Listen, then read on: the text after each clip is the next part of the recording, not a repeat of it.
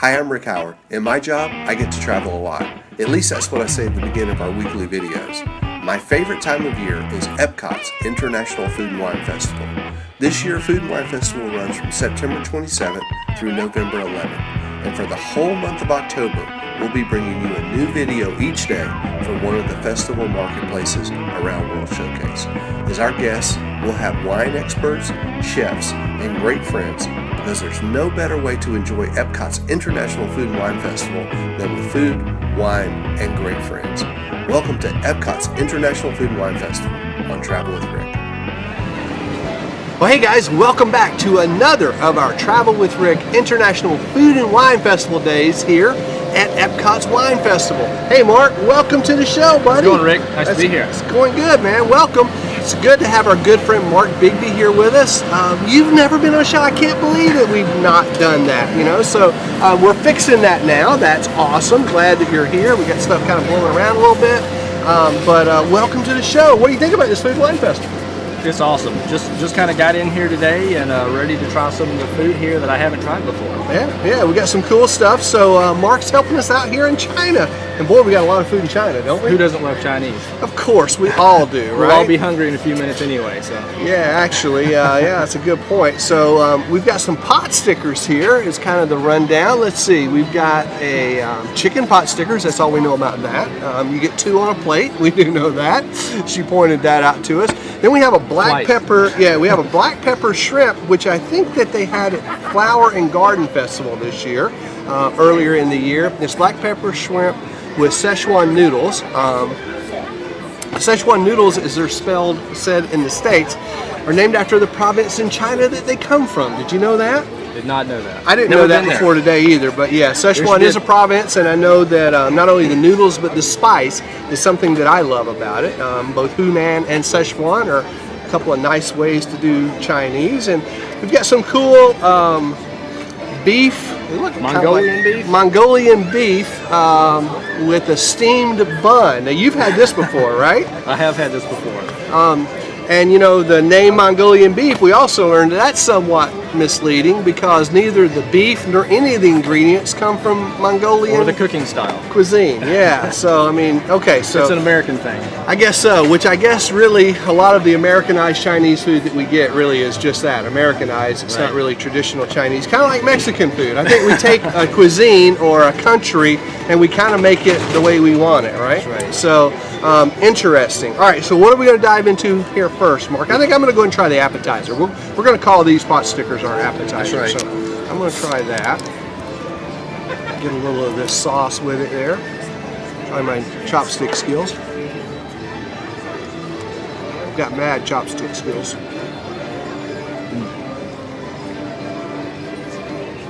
Okay, so all we know is that that's chicken in it. I don't know, a little plain, right? Good thing it has the Szechuan sauce. It's got a good sauce with it. Yeah. Just It's kind of a sriracha, little sweet, a little bit of the like chili garlic sauce with it. spice. Yeah, so that's pretty good. All right, so I can dig on that. These nibbles are getting a little sticky here. The Szechuan, which come from the Szechuan province. I'm gonna try some of this. Did you try this at the Flower and Garden? Yeah, and it was actually good. The shrimp, the flavor on the shrimp's really good. It's a little spicy.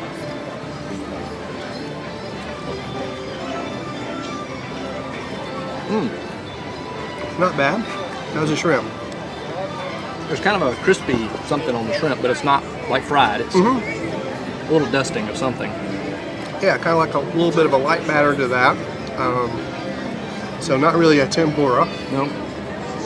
But yeah, there's a bit of heat in that, some red pepper flake or something in that that you can definitely pick up on there. So that's pretty good. It's not like a sticky noodle though either. You've had some that are like stuck all together. Right. I think maybe it's just the sun that's doing this to these. But the shrimp is excellent. You almost want to put some of that into that. The sauce. No, there's an idea. Let's give that a try, you know, a little cross-pollination. Ask for some extra pot sticker sauce for your shrimp. There you go. Might not be bad. That's the chicken. Good call. Very good call. So get both. That's always the choice. Get both.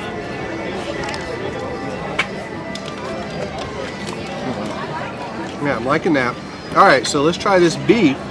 I don't know how we're going to tackle this here. I think that's like a sandwich.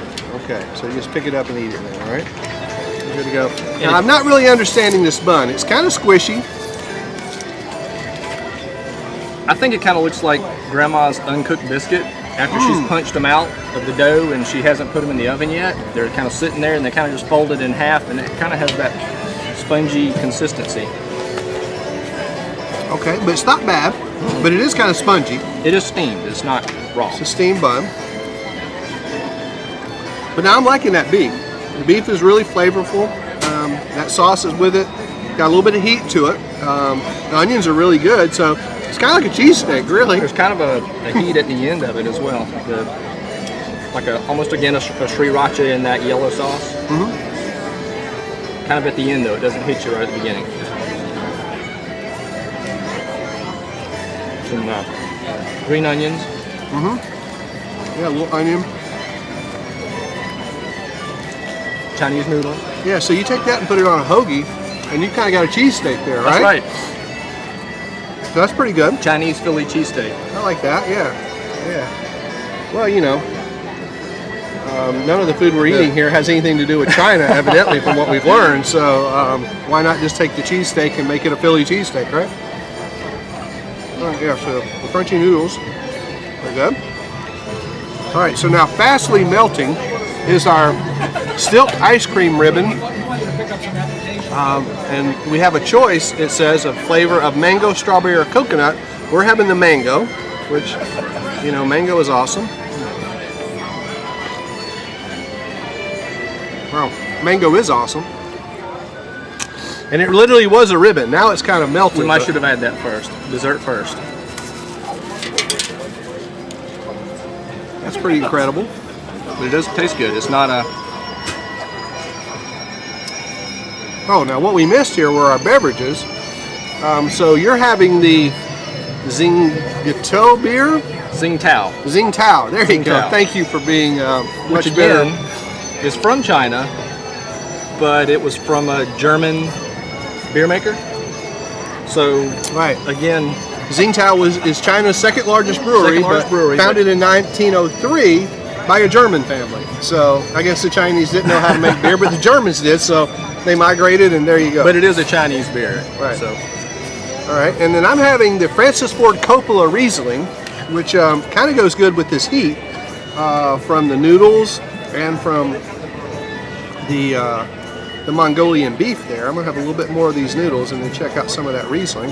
the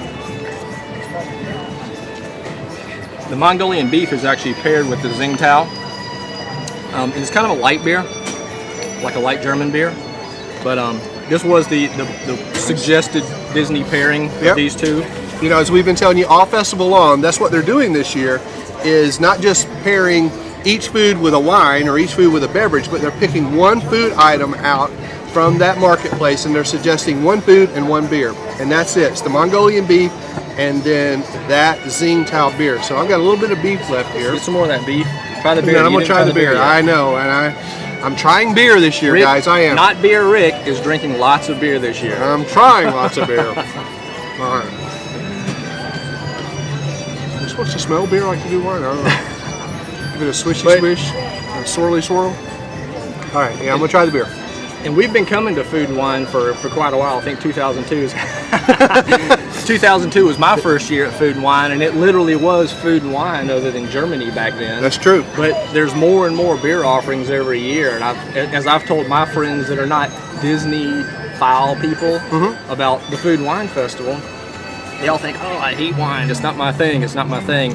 And it's more and more becoming everybody's thing because there's new foods every year, but there's more beers here every year. Right. So it's not just German beers, Canada, England, and that's it. It's growing all the way around the lake here with all the different beer types. It really is. You've got craft beers, you've got Brewers Collection over in Germany, you've got Hops and Barley offering beer, and then you've got lots of the booths like, oh gosh, I think it was Brazil where we had the frozen starts with a C thing, which was really awesome. So you're getting lots of frozen beverages with either vodka or rum or things like that around too. So it's not just wine anymore. It's not just beer anymore.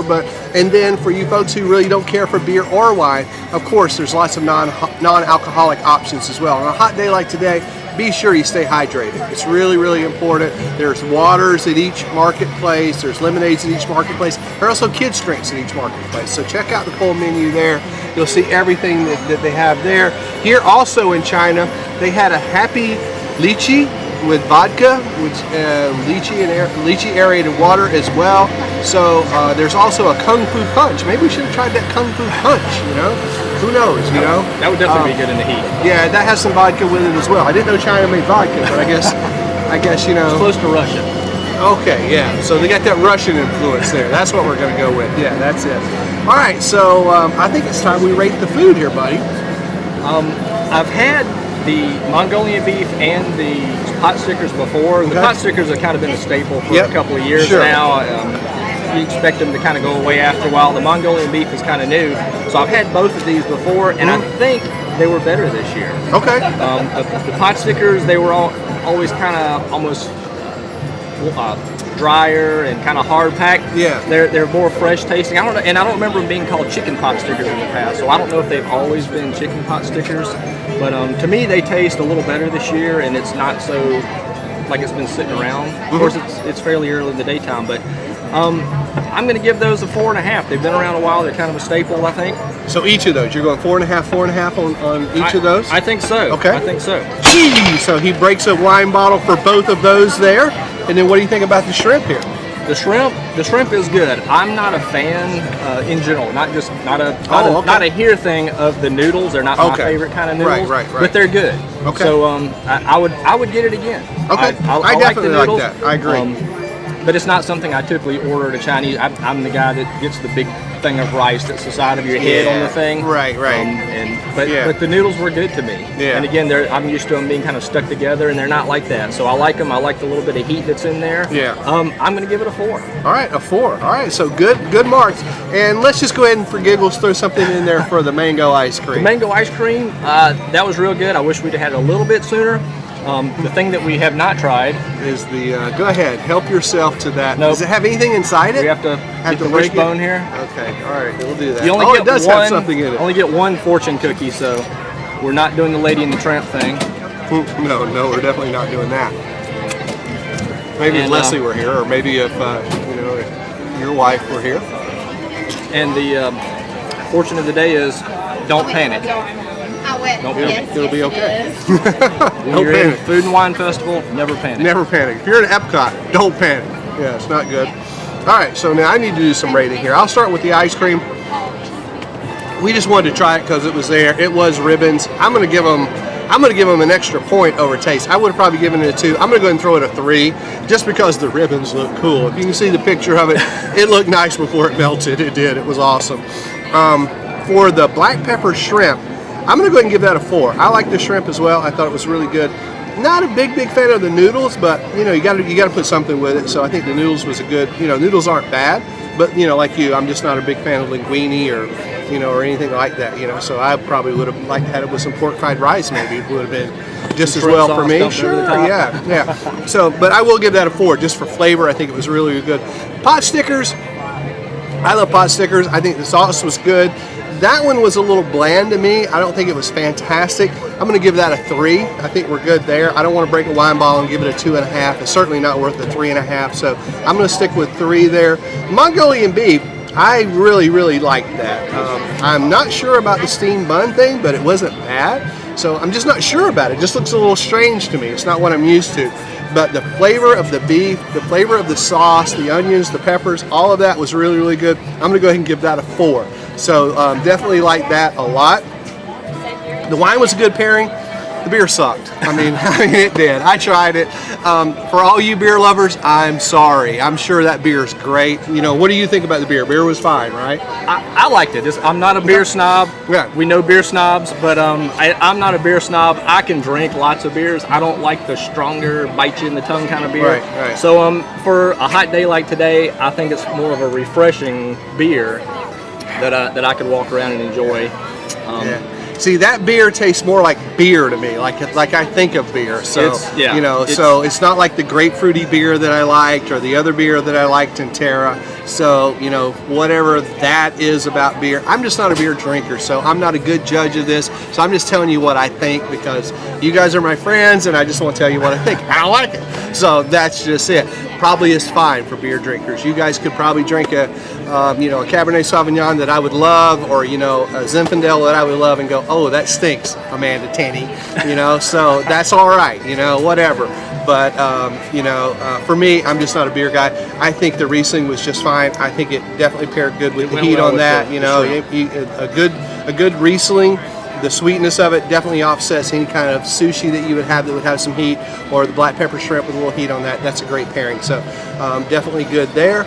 I'm liking it. So this is China, bro. What do you think, man? I like China. I've always liked China. It's one of the booths I've hit for years and always want to come back to. There's some that I kind of get where I skip a while, but China's one I always like. I mean, we come back and grab the pot stickers, and it's not like, oh my God, these are the most awesome, but it's kind of something that I like to go grab. But it's just one of those comfort foods. When you're hungry, it's a comfort food. Yeah. Chinese comfort food. Yeah, it's a Chinese comfort food. So like you say, you kind of always know what to expect. It's just a good steady dish. And that's the thing about China. It's a fixed marketplace here, or not fixed marketplace, fixed pavilion here. Always here, year round. And so they've got to be here at Food and Wine Festival. You just think it. I mean, it's a internationally recognized cuisine, right? We all love Chinese, except my wife. So that's the thing that my kids and I do. When my wife's out of town, we always go for Chinese, So that's like my thing, because Leslie's not a real big fan of Chinese food. So, it's not something that we go out and do a lot. So whenever I'm traveling, or whenever she's traveling and I'm with the kids,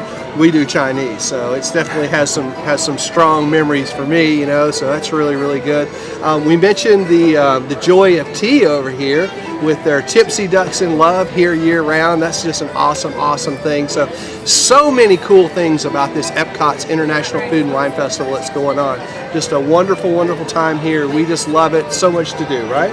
Love it. Always love it. Really good. All right, so we've rated. We've talked about China. It's time to move on, man. Mark, thank you very much for coming out. It was a pleasure having you here. Guys, thanks for watching. We've got so much more Epcot's Food and Wine to bring you. This is booth number 7, day number 7. There's 20, well, if you count that one that, we're not really counting, that coffee booth over in America that they threw in on us last minute. I don't know if it was last minute. We called it last minute anyway. We should have asked Chef Jens about that when we ran into him. Maybe we'll see him around the festival a bit more, and we can delve into the coffee thing, Chef. But it's cool. So we've got so much more to bring you. We appreciate you guys watching every day. We'll be right back here tomorrow. Hope you will too. And we'll see you in the next country. So long, everybody. Let's hit it.